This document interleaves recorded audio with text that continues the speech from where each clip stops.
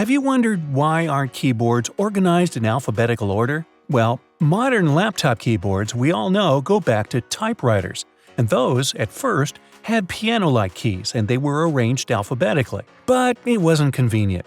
Most commonly used letters were too close together, which resulted in frequent mechanical jams, so typing was pretty annoying. So Mr. Christopher Latham Sholes, one of the inventors of the first typewriter, came up with the QWERTY keyboard layout instead.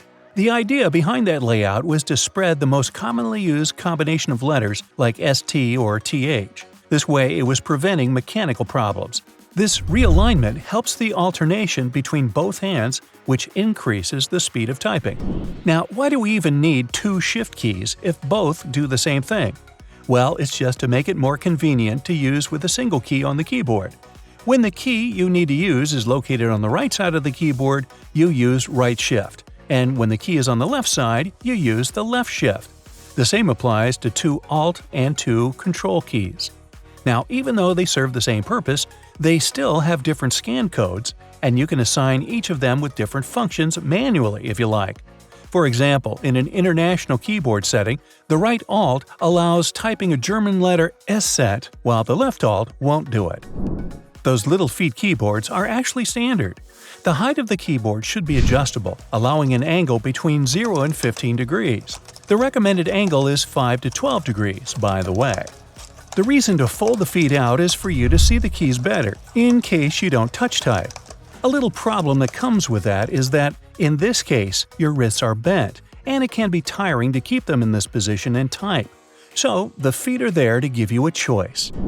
The symbol here isn't some brand new internet invention. No one knows exactly where it originated, but researchers date it back to Middle Ages at least.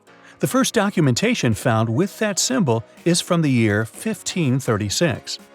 They say that at is short for the Latin word ad, which means at, to, or towards. At first, they wrote it as ad, but the upstroke of the D was curved left to the A. With time, to make it shorter, the D was just replaced with the circle around the A. It was also commonly used back in the older days to mark prices. Then, for a while, the symbol disappeared. It wasn't even in the first typewriters' keyboards. But with the development of computers, people needed a symbol to connect several machines. For example, they needed to send something to a particular user at a particular computer, and the name of the user and the name of the computer had to be divided by something. So they came back to the @ symbol. Meanwhile, the two sides of a cotton pad are different because each of them has a particular purpose. A cotton pad has several layers to ensure that it's soft, strong, and can absorb liquids. The edge is stitched to hold it all together. The smooth side of the pad is for applying, and the side with the pattern is best for cleansing and makeup removal. Also, any pack of cotton pads has those strings on the sides. They're there so you can hang the package somewhere. Then you can open the package on the bottom, where the perforated line is, and take them out from the bottom one by one. Speaking of eggs, I think I will. All eggs have numbers stamped on them, and they say something about the egg. The first digit can be 0, 1, 2, or 3, and it tells you about how the egg was produced. 0 means it's organic. 1 says it's a free-range egg. 2 says that it's from the indoors, and 3 means it comes from furnished cages. Sounds posh, doesn't it? Then there are letters, which are country codes that tell you in what country the egg was produced. The other 4 of 5 digits are the exact code of the egg producer. Also, there's a 3-digit number on the side of an egg carton, and that number indicates the day of the year when the eggs were produced. So 001 stands for January 1st, 120 stands for April 30th, and 365 is December what? 31st. You were paying attention. All eggs are typically either white or brown. The color depends on the breed of the hen.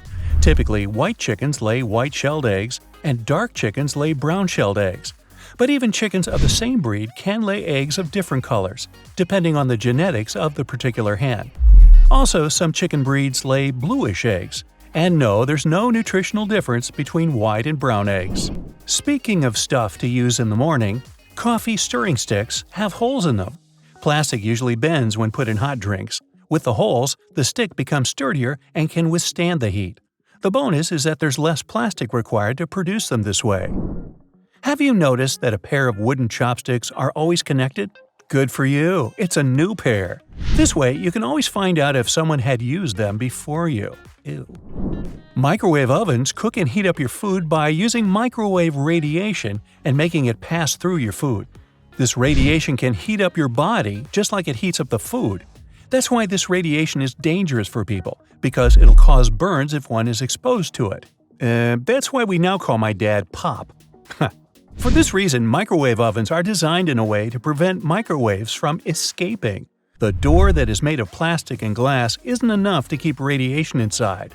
So, say thanks to this great pattern microwave ovens have on their doors.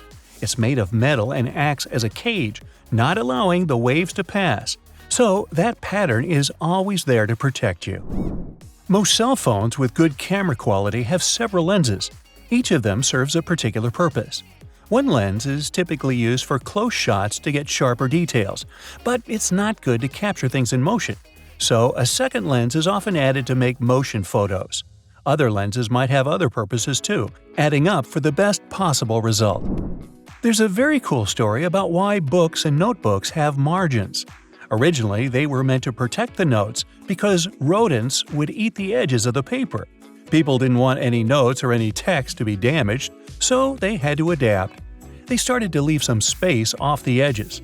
These days, we don't have this problem anymore, but margins stayed for many reasons, including aesthetics, binding, and leaving room for your own notes and comments. The rodents have moved on to social media. Most private houses have triangular-shaped roofs. The thing is that if the roof was flat, water and especially snow would accumulate there in huge quantities. It can all get pretty heavy, and the roof can collapse under this weight. The triangle shape allows the water and the snow to slide down. Mattresses always have those fancy designs, but it turns out that unlike the triangular roofs or most stuff in this video, there's no big purpose to them. Mattress manufacturers produce a limited number of different mattresses, and the only way to make them look different is to come up with a fancy stitching pattern. Two mattresses from two different companies might be the exact same quality but cost differently. Most people won't know and will decide that their quality is different. So, when shopping, just disregard the pattern, or just sleep on it. If you've stayed at a hotel several times, you might have noticed that they typically have plain white bedsheets and towels. First off, the white color looks fancy and luxurious in comparison to some silly patterns. But the other reason is that it's a way to demonstrate the cleanliness of the sheets. Any stains would be crystal clear on white, so pure white sheets demonstrate great sanitary conditions. Another thing about hotel rooms is that some of them don't have any clocks. This, again, goes back to aesthetics and trying to make them look luxurious. Clocks give off some hardcore home vibes, and that's not what hotels strive for. But you probably don't even notice this because you have your cell phone to check the time. Also, many hotels don't have rooms with the number 13 or even a 13th floor. It might seem weird to call the 13th floor the 14th floor, but if it can soothe superstitious guests, then why not? Just don't walk under a ladder getting to your room.